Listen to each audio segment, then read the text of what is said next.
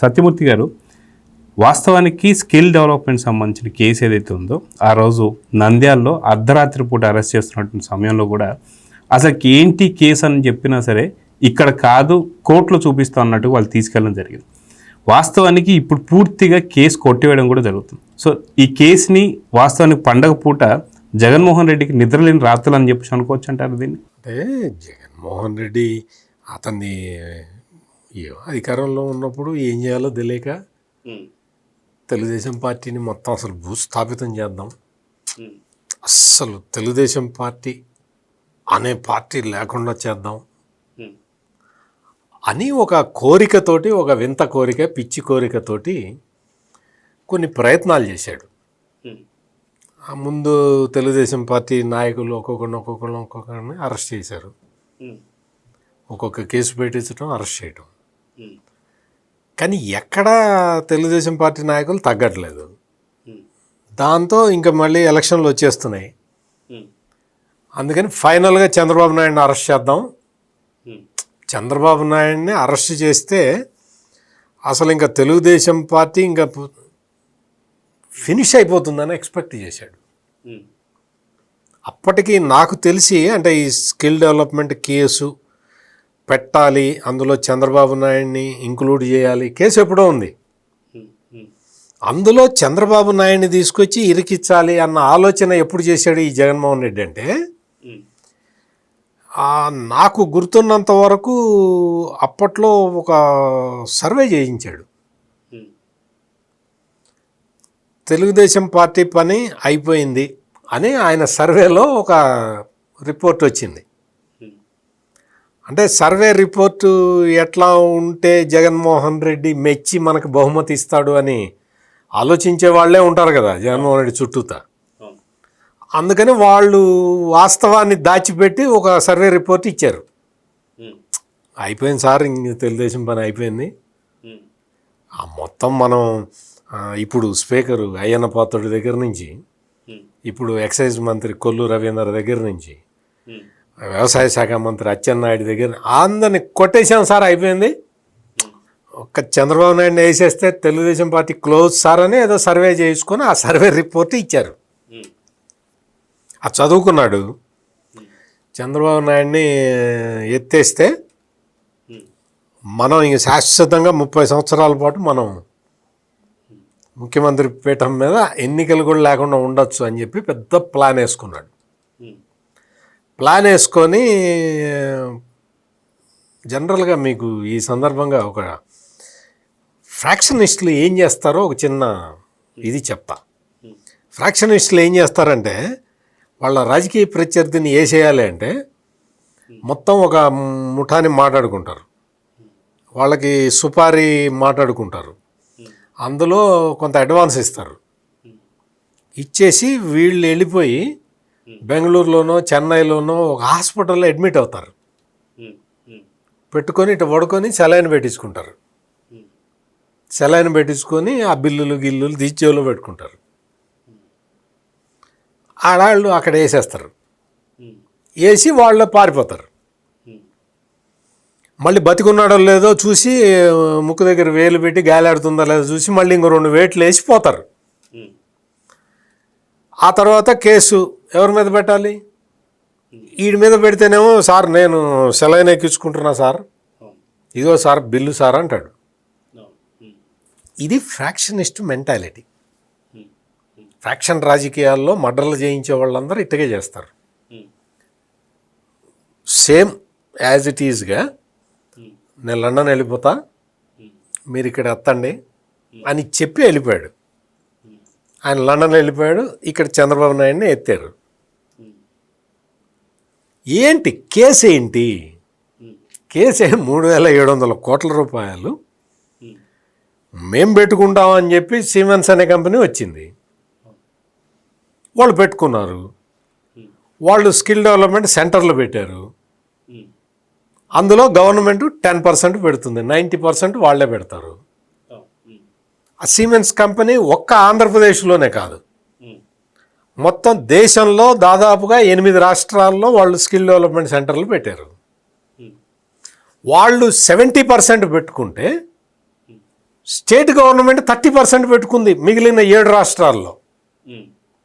ఒక్క ఆంధ్రప్రదేశ్లో, మాది కొత్త రాష్ట్రం, అందుకని మాకు కొంచెం మీరు ప్లీజ్ అని చెప్పి చంద్రబాబు నాయుడు అప్పట్లో ముఖ్యమంత్రిగా ఉండి వాళ్ళతో బతిలాడి 90% వాళ్ళతో పెట్టించి 10% స్టేట్ గవర్నమెంట్తో పెట్టేలాగా అగ్రిమెంట్ చేసుకున్నారు. జగన్మోహన్ రెడ్డి ఏం కేసు పెట్టాడు అంటే, వాళ్ళు 90% పెట్టలేదు, ముందరే 10% చంద్రబాబు నాయుడు ఇచ్చేశాడు అని చెప్తాడు. మొత్తం టోటల్ ప్రాజెక్ట్ కాస్ట్ 3,700 కోట్లు, అందులో 10%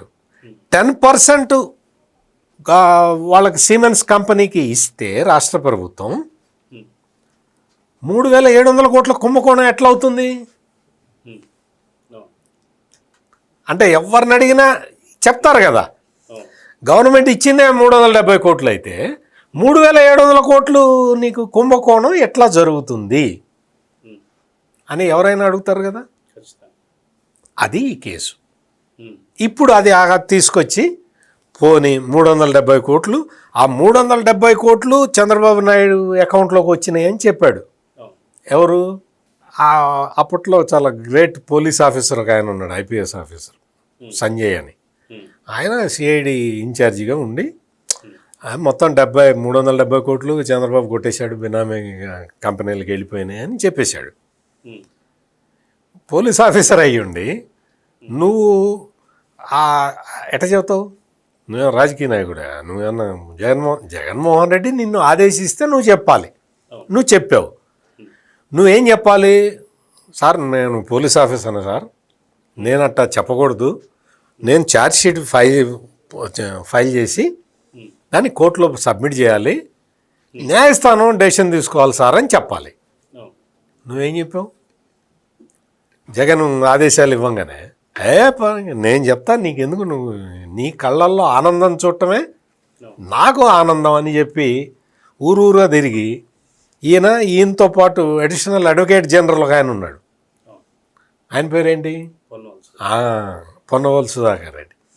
అప్పట్లో అడిషనల్ అడ్వకేట్ జనరల్ అసలు మొత్తం జగన్మోహన్ రెడ్డి కళ్ళు, చెవులు, ముక్కు, నోరు అన్నీ ఆయనే. వీళ్ళిద్దరూ కలిసి పొన్నవోలు సుధాకర్ రెడ్డి ఏం చేయాలి?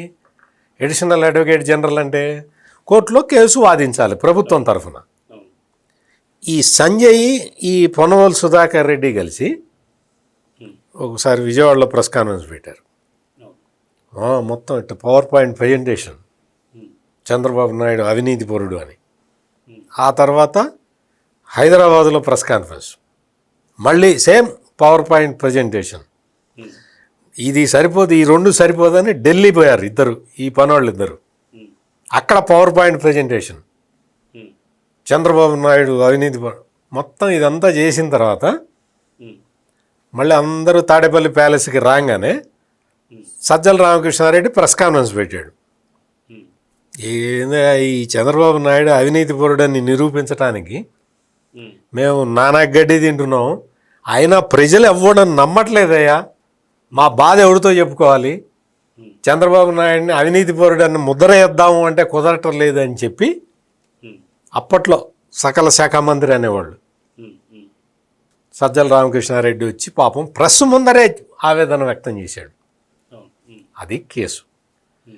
అప్పటికే మొత్తం అంతా కూడా స్కిల్ డెవలప్మెంట్లో ట్రైనింగ్ ఇచ్చారు, కొత్త కొత్త సబ్జెక్ట్స్ నేర్పారు పిల్లలకి, వాళ్ళందరికీ ఉద్యోగాలు వచ్చినాయి. దాదాపు 3,000 మందికో 4,000 మందికో స్కిల్ డెవలప్మెంట్ ట్రైనింగ్ ఇచ్చారు. ట్రైనింగ్ ఇప్పుడు చాలామంది ఏదో బీటెక్లు, ఎంటెక్లు చేస్తారు కానీ వాళ్ళకి సబ్జెక్ట్ నాలెడ్జ్ ఉండదు, ప్రాక్టికల్ ట్రైనింగ్ ఉండదు. అటువంటి ప్రాక్టికల్ ట్రైనింగ్ ఇచ్చారు వాళ్ళందరికీ. వాళ్ళల్లో దాదాపు 1,200, 1,300 మందికి ఉద్యోగాలు వచ్చినాయి, పెద్ద పెద్ద ఉద్యోగాలు.